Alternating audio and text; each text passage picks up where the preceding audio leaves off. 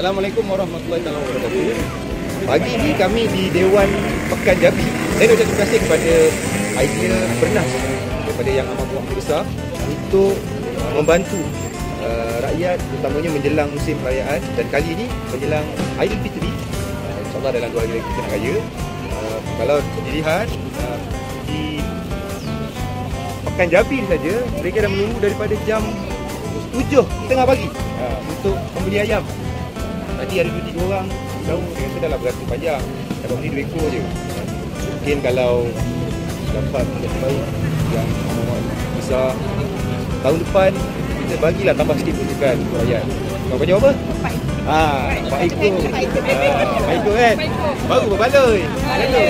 Tapi saya berbesar. Tapi apa, terima kasih kepada kerajaan negeri atas inisiatif yang cukup baik ni. Dan sebenarnya ni yang kita harapkan, kita dan kepada rakyat, kita berkongsi rezeki dengan rakyat, dan insyaAllah moga-moga Johor akan terus makmur maju di bawah pimpinan yang amat. Terima kasih.